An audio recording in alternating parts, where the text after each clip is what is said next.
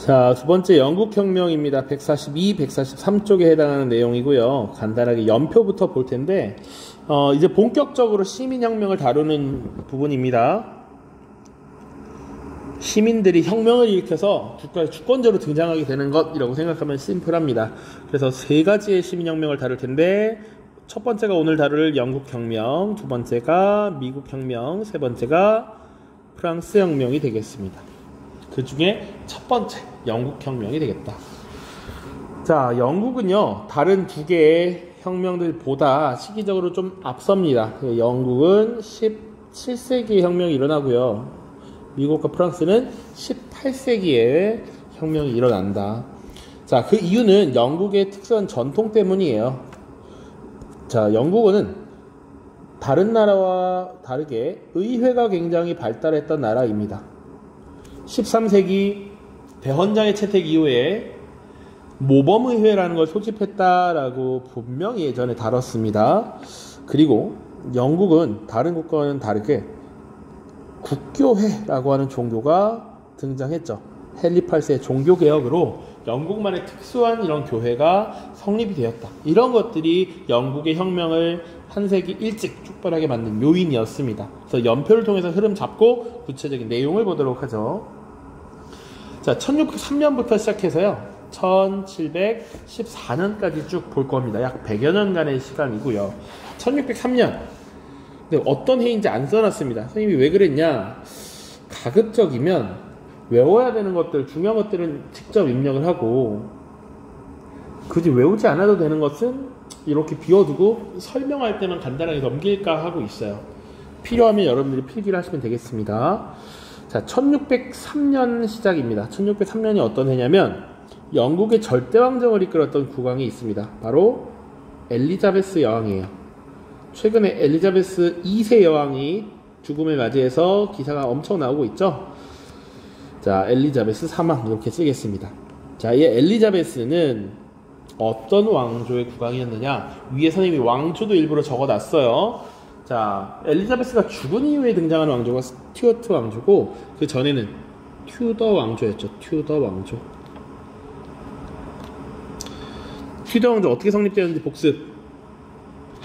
자, 장미전쟁의 결과 랭커스터 가문이 승리를 했고요. 그래서 요크가의 가문의 여성과 결혼해서 만든 개창한 왕조가 튜더 왕조였습니다. 헨리 7세. 그 아들이 헨리 8세. 그 딸이 엘리자베스. 물론 그 중간에 형제들이 왕을 하고 그 다음에 엘리자베스로 넘어옵니다. 자, 아무튼 엘리자베스가 서거한 1603년을 시작으로 볼 겁니다.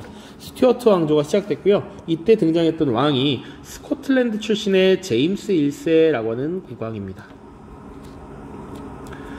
여기 왕의 순서도 봐야 되는데요, 미리 정리를 하자면 첫 번째로 제임스 1세 나왔죠. 제임스 1세. 그 다음 1625년 여기 찰스 1세라는 국왕이 등장합니다. 그 다음 일시적으로 청교도 혁명이 일어나게 되고 찰스 1세가 처형돼요. 그래서 공화정이 등장합니다. 이 시기에 활약했던 인물 크롬웰 기억해야 되고요. 이 크롬웰의 정치에 신물을 느낀 영국 시민들이 다시 왕정을 복구시킵니다. 그 국왕이 찰스 2세예요. 그리고 이 찰스 2세의 뒤를 이은 것이 제임스 2세입니다. 제 왕의 순서만 봤을 때 제 중간에 크롬웰 공화정까지 끼면 제 이렇게 순서를 좀 알고 계셔야 한다. 실제로 문제에서도 각 왕 시기에 있었던 일을 물어본 적이 있기 때문에 좀 구분을 하셔야 된다. 자, 그리고 미리 쭉 전개를 하기 앞서서 우리가 흔히 영국 혁명이라고 하는 직접적인 혁명은 요 노란색으로 칠한 부분입니다. 요 1642년부터 1649년까지 청교도 혁명, 1688년에 있었던 요 사건을 명예혁명이라고 합니다. 그런데 혁명은 다 그동안 쌓인 것들이 누적돼서 폭발된 것이기 때문에 지금 이 연표를 쭉 잡는 거예요. 자, 제임스 1세와 찰스 1세 시기를 보시면 이 두 명의 왕은 영국의 전통을 잘 이해하지 못하고 있었다라고 보면 맞습니다. 자, 기본적으로 의회를 존중하는 전통을 무시했습니다. 이들이 의회를 일단 존중하지 않았다라고 하는 것이 문제가 돼요. 제임스 1세 같은 경우는 왕권 신수설을 굉장히 신봉했고요. 찰스 1세는 그것과 관계없이 본인도 강력한 전제왕권을 행사하고 싶어 했고, 그리고 의회 자체를 무시하고자 했습니다. 특히 찰스 1세 때가 되면 어떤 일들이 벌어지느냐, 전쟁이 계속 발생합니다. 전쟁이 계속 참여하려면 전쟁 비용을 마련해야 되는데, 그 전쟁 비용의 부담을 느낀 귀족 세력들이, 의회 세력이 권리청원이라는 문서를 제출해요.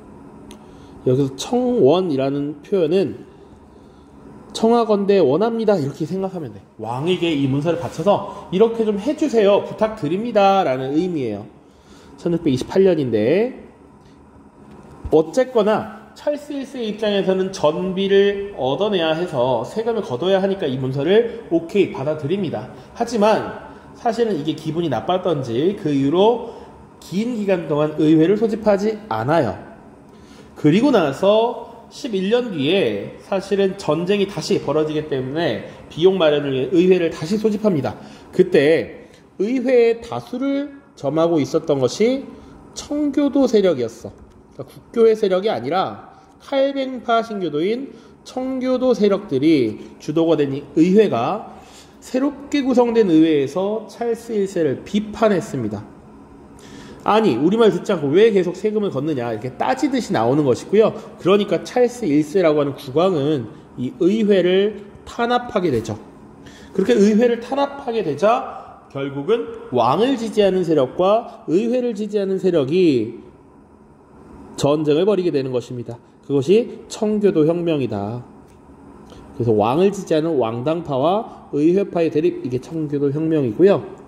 결국은 누가 승리했느냐? 이 크로멜이라고 하는 전쟁의 신이 이끄는 의회파가 승리를 거뒀다. 그래서 그 결과 어떻게 됐느냐? 1649년 찰스 1세라는 국왕이 처형당하는 이런 모습이 나타나죠. 그렇기 때문에 왕이 없으니까 공화정이라고 하는 정치체제가 일시적으로 등장한 겁니다. 자, 그래서 크로멜도 청교도 출신이야. 그래서 이 크로멜이 중심이 되어서 통치된 영국은 강력한 금욕 정책을 펼칩니다. 금욕주의를 강조해. 청교도로서의 청빈한 삶, 금욕적인 삶을 강요하고요. 금욕적 독재 이렇게 표현합니다. 독재 정치. 크로멜의 독재가 굉장히 심했습니다. 그래서 이 크로멜에 대한 반발이 많았는데, 심지어 이 크로멜은 사실상의 독재자인 호국경이라고 하는 지위에 셀프 취임을 합니다. 이 연도도 가끔 이 선지가 나오니까 봐두십시오. 공화정이 시작되는 몇 년 뒤에 스스로 호국경에 취임해서 금욕적 독재 정치를 취했다. 자, 그런데 이런 크로멜의 청교도적, 금욕적 독재 정치의 신물을 느낀 시민들이 이 크로멜을 무너뜨리고요. 그러니까 실제로는 크로멜의 아들이 그 지위를 물려받는데, 크로멜의 아들을 무너뜨리고 다시 찰스 2세를 왕위에 올리게 되죠. 자, 근데 이 찰스 2세는 또 무엇이 문제냐면, 기본적으로 절대왕정 시기를 거치면서 자신이 강력한 왕이다라는 의식이 있었고, 이 사람은 특히나 또 가톨릭을 크게 믿었습니다. 그러다 보니까 심지어 이제 청교도뿐만 아니라 국교회도 무시하는 이런 모습들이 나타난다라는 것이죠. 그래서 불만이 쌓일 수밖에 없었다. 그래서 이런 것들을 막기 위해서 의회가 심사법이라고 하는 것 제정합니다. 심사법이라고 하는 것은 공직자는 국교회 신자만이 될 수 있다라는 거야. 국교회 신도가 아니면 관직에, 공직에 취임할 수 없다. 그리고 이 찰스 2세가 전제 정치를 통해서 의회 세력들을 탄압하려고 했기 때문에 법에 따르지 않는 인신 구속, 체포는 할 수 없다라고 하는 인신보호법이라는 걸 제정하기도 하죠. 그래, 이 시기에는 이제 여기는 왕당파와 의회파였습니다. 근데 이제 정당이 생겨서 국왕을 지지하는 토리당과 그리고 의회를 지지하는 휘그당으로, 의회의 전통을 존중하는 휘그당으로 나뉘어서 대립하는 전통이 생겨납니다. 이것이 사실상 영국 의회의 전통이 쭉 내려오게 돼요. 이것이 보수당으로 바뀌게 되죠. 자, 그 뒤에 즉위한 국왕이 바로 제임스 2세라는 왕입니다. 이 제임스 2세는 이 영국의 전통을 더 강력한 전제 정치를 추구하려고 더 가톨릭을 신봉했습니다. 국교도에 대한 탄압이 발생하자 기존의 국교의 신자들이 네덜란드에 있었던 영국 공주 출신 메리와 그 남편 윌리엄을 모셔와서 영국의 왕으로 옹립하는 사건이 발생합니다. 의회가 제임스 2세를 폐위시켜요. 그리고 새로운 왕을 추대한 것을 명예혁명이라고 한다. 이때는 전투도 벌어지지 않았고 피 한 방울 흘리지 않았기 때문에 굉장히 명예스러웠다라는 호칭을 부여한 것입니다. 자, 그래서 그 이후에 명예혁명 이후에 등장했던 왕이 메리와 윌리엄의 공동왕이었다라고 하는 것이고, 이때부터는 이제 의회주의의 전통이 확립이 되는 것이죠. 의회를 중심으로 국가가 운영되는 의회주의 전통이 확립이 됩니다. 자, 그리고 또 의회를 통한 국가 경영이라고 생각하시면 돼. 자, 그 다음에 쭉쭉쭉 이어지고요. 다시 이 스튜어트 왕조의 대가 끊기게 됩니다. 그래서 독일의 하노버 지역에 있었던 하노버 공을 왕으로 모셔와요. 그래서 조지 1세로 즉위하게 된다. 이때 왕조를 하노버 왕조라고 합니다. 지금은 윈저 왕조입니다. 지금 21세기 얼마 전에 죽은 엘리자베스와 찰스 3세는 윈저 왕조이긴 한데, 그 계통이 어디서 이어지느냐? 바로 여기서부터 좀 비슷하다라고 보시면 돼요. 하노버 왕조의 계열이 쭉 이어진다. 이 정도 보시면 되고요. 중간에 물론 앤 여왕이 있습니다. 앤 여왕. 이 앤 여왕 때 스코틀랜드를 병합해서 대영 제국이 수립되었다. 이런 내용도 뒤에 나올 겁니다. 1707년이 되겠습니다. 이 정도. 나머지는 구체적 내용 밑에서 살펴보도록 하죠. 자, 요거 하나 빼먹었네. 명예혁명의 결과 권리 장전이라고 하는 문서를 승인하겠다. 요거는 굉장히 중요하니까요. 이 중요한 걸 빼먹을 뻔했군요. 1689년입니다. 그래서 왕은 의회를 존중하는 것을 명문화시켰습니다. 왕 또한 법의 지배하에 있다, 이런 것을 명시했다라고 보시면 돼요. 자, 이제 구체적인 내용 들어가도록 하겠습니다. 자, 첫 번째로 혁명 이전의 영국 상황을 살펴보겠습니다. 첫 번째로 우선 새로운 계층이 성장했다라고 나와 있어요. 이게 새로울 신자입니다. 한자로. 신항로 개척, 다 요 신자예요. 자, 그러면 영국에는 어떤 계층들이 성장하고 있었느냐라는 겁니다. 기본적으로는 계층의 성장 이전에 영국의 상황 중에 가장 중요한 것 중에 하나는 헌법에 입각한 입헌주의의 전통이었다. 군주에 의한 통치를 받는 국가이지만 실질적인 국가 운영은 의회와 함께한다, 이런 인식이 있다라는 것이죠. 그래서 의회를 존중하는 전통이 있었다. 그래서 아까도 이야기를 했었지만 13세기 초 1215년입니다. 대헌장이 승인이 되었고, 자, 그리고 1295년에는 각 신분별 대표들이 모여서 모범의회라고 하는 것이 결성되었었죠. 그리고 14세기가 되면 양원제의 기틀이 어느 정도 마련이 되었다, 이렇게 얘기를 했었습니다. 자, 이렇게 의회를 존중하는 전통 속에서 영국의 역사가 쭉 전개되어 왔다. 요게 기본입니다. 자, 그런 와중에 영국에서는 새로운 지주계층인 젠트리라고 하는 계층이 성장합니다. 일종의 지주층이라고 보시면 되고요. 이런 지주층은 왜 생겨났느냐? 중세 유럽에서는 사실 장원제도라는 게 운영되면서 공동의 목초지를 소유하고 있었다. 그래서 공용 목적의 목초지가 있었는데, 엘리자베스 시기에 모직물 산업이 육성되면서 인클로저 운동이라는 게 나타나죠.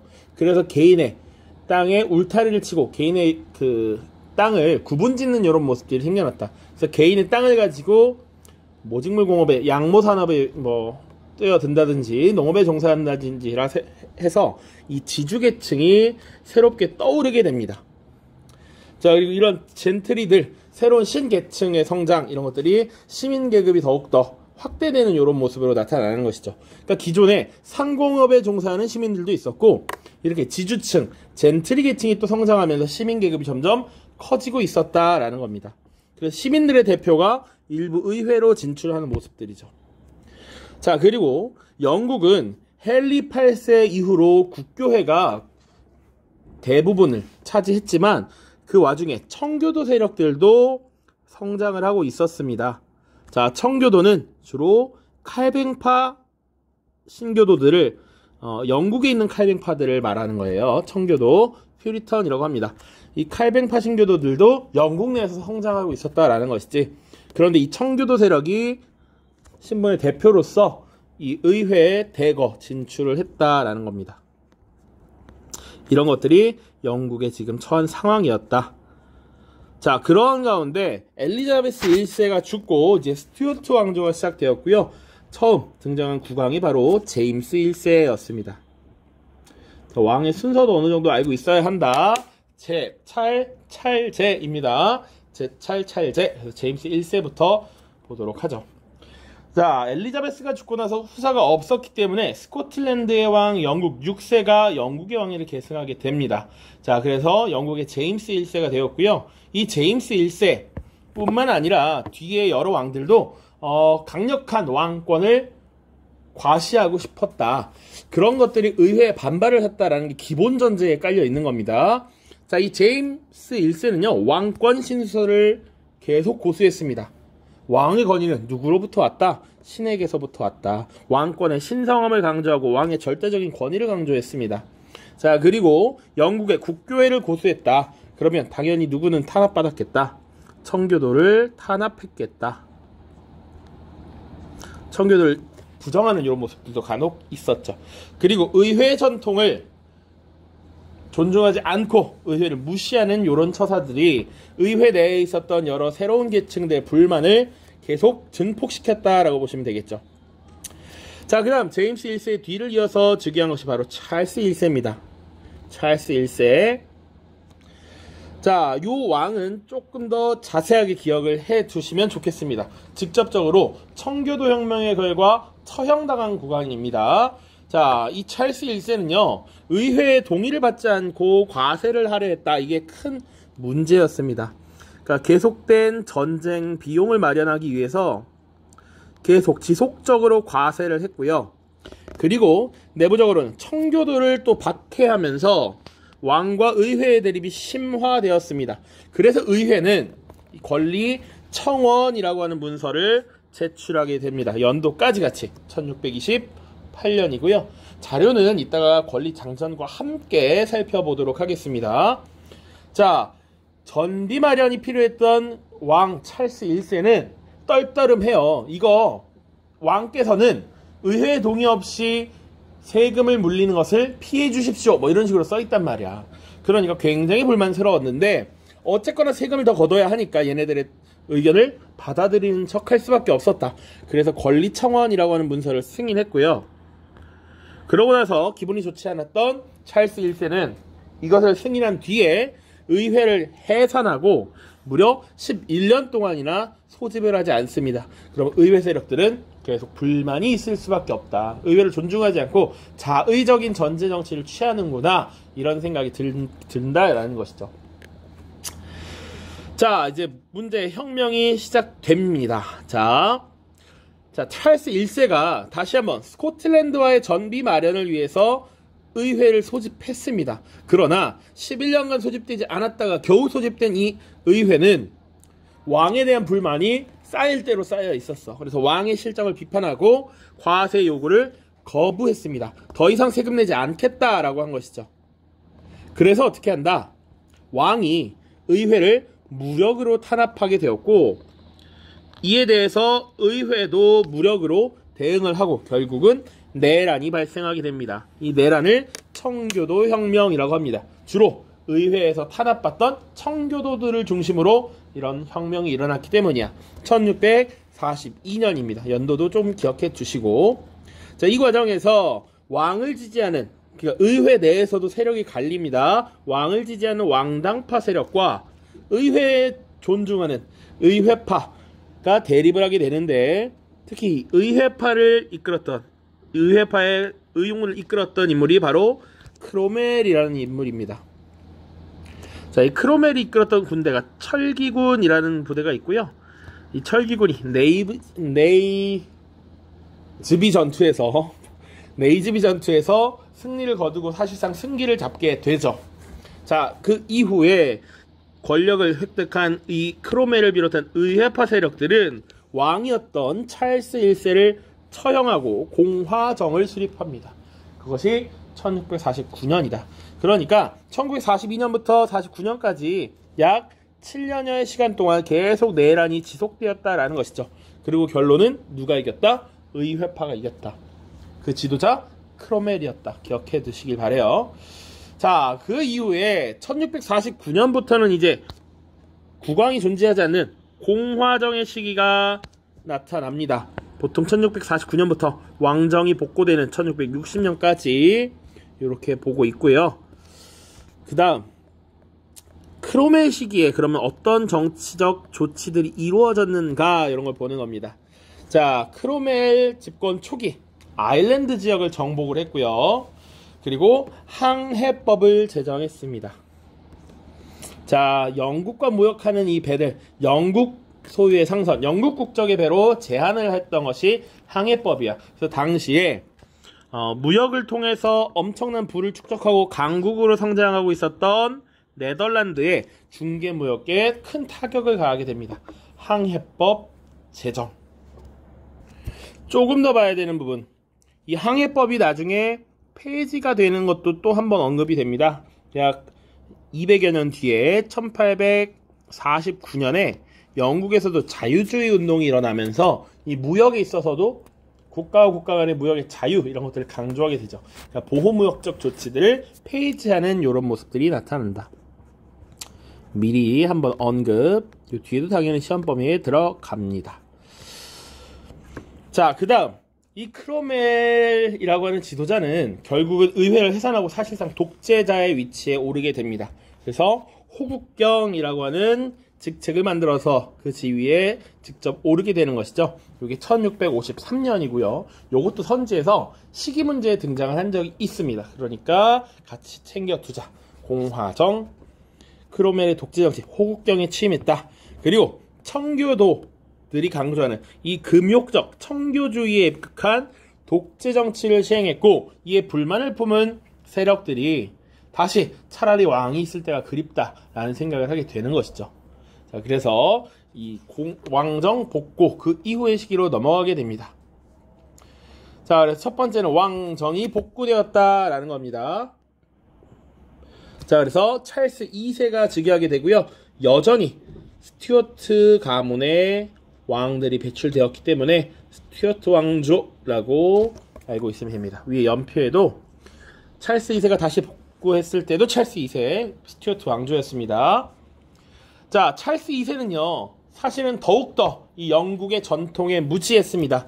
그래서 가톨릭교도를 우대하고 강력한 전제정치를 추구하려고 했습니다. 이에 의회는 이 왕권을 견제하기 위해서 심사법과 인신보호법을 제정하여 대응을 했고요. 첫 번째 심사법이 뭐냐? 국교도가 아닌 사람들은 공직에 취임할 수 없다라는 거야. 비국교도의 공직 취임 금지를 이야기한 것입니다. 자, 그리고 인신보호법을 제정합니다. 자, 당시 찰스 2세가 왕의 세력에 저항하는 이런 세력들을 강제로 탄압하려는 모습이 있었기 때문에 불법적인 체포, 구속 이런 것들을 금지시킨다라는 내용이야. 자, 이런 법들을 제정해서 의회가 국왕에게 맞서기 시작했고요. 국왕은 이런 것들을 좌시할 수 없었겠지. 그래서 의회 내에 자신의 좌파 세력들을 구축하기 위해 노력을 합니다. 자, 그래서 의회 내에서 대립하는데 이 시기에 국왕을 지지하는 토리당과 그리고 의회를 존중하는 전통을 가진 휘그당이라고 하는 정당들이 생겨나서 이 양당 체제가 쭉 이어져 옵니다. 자, 물론 나중에는 바뀌게 되죠. 보수당과 자유당으로 바뀌게 돼. 보수당과 자유당. 근데 이 기틀이 이 시기 찰스 2세 때 만들어졌다라고 하는 겁니다. 그리고 하나 더. 아까 만들어진 심사법. 비국교도의 공직 취임을 금지하는 심사법은 다시 19세기 초 자유주의 개혁운동 때 종교의 자유 때문에 관직 취임, 공직 취임을 제한받아서는 안 된다 이런 움직임이 있음에 따라서 1828년에 폐지되었습니다. 아까 심사법의 폐지, 항해법의 폐지 다 비슷한 시기에 일어난다. 자유주의의 물결이 확산되었을 때. 자, 그 뒤를 이은 것이 제임스 2세입니다. 역시나 영국의 전통 그런 거 신경 쓰지 않아 친 카톨릭 정책을 추진합니다. 그리고 심사법과 인신보호법을 무시하면서 전제 정치를 강화합니다. 그러자 의회가 제임스 2세를 폐위시키는 조치를 하게 됩니다. 그것을 명예혁명이라고 부르고요. 이때 국왕이었던 제임스 2세는 어떻게 하느냐? 프랑스로 도망갑니다. 그래서 피 한 방울 흘리지 않고 혁명에 성공했다. 권력교체에 성공했다. 라고 해서 명예혁명이라고 불러요. 명예혁명. 자, 이때 의회는 이제 영국의 전통을 잘 존중해 줄 수 있는, 의회를 존중해 줄 수 있는 다음 후계자를 왕으로 추대를 하고자 하는데 당시 네덜란드에 시집가 있었던 공주 메리와 그 남편 네덜란드 총독 윌리엄을 데리고 와서 공동 왕으로 추대합니다. 그게 명예혁명이 있었던 1688년이고요. 이 새로운 공동 왕에게 권리장전이라는 문서를 제시하고 승인하도록 합니다. 이 문서가 1689년에 승인이 됐고요. 권리청원 때는 왕은 이렇게 해주세요 라는 표현이라면 권리장전은 뭐뭐 할 수 없다 이렇게 단정적인 말투로 나오게 됩니다. 그거 차이를 좀 보셔야 돼. 교과서 보겠습니다. 이따가. 자, 그리고 이런 명예혁명 이후에 의회를 중심으로 한 입헌군주제의 토대가 마련되었다. 왕이 의회 속에 있다. 왕도 의회의 통제를 받는다. 왕도 법률 하에 있다. 이런 것들을 강조하게 되는 것이죠. 명예혁명입니다. 자, 지금 1689년 권리장전 승인까지 봤고요. 그 이후에 영국 짧게 보도록 하겠습니다. 자, 그 이후에 앤여왕이라고 하는 인물이 등장합니다. 자, 이 앤여왕은요, 완전히 무력으로 스코틀랜드를 병합해서 대영 제국을 확립시킵니다. 1707년이고요. 우리 흔히 유나이티드 킹덤 이렇게 얘기하죠.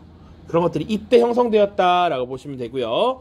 그 다음 이 스튜어트 왕조의 대가 끊기자 독일의 하노버 공을 영국의 국왕으로 승계하도록 합니다. 그 새로운 왕이 조지 1세입니다. 조지 1세. 하노버 왕조가 이때 시작됐다. 1714년이고요. 이 독일에서 건너온 왕 조지 1세는 영어도 할 줄 모르고요. 영국의 사정을 잘 몰라요. 그러니까 형식적인 왕이 된 거야. 그래서 이때부터 보통 내각 책임제의 전통이 시작된다라고 합니다.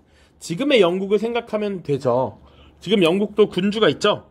최근에 영국의 군주가 바뀌었죠. 그래서 지금 왕 찰스 3세가 있고 그 전에 엘리자베스 2세가 있었는데 군주가 있지만 이 군주가 실질적인 통치권을 갖고 있지는 않습니다. 정치는 누가 한다?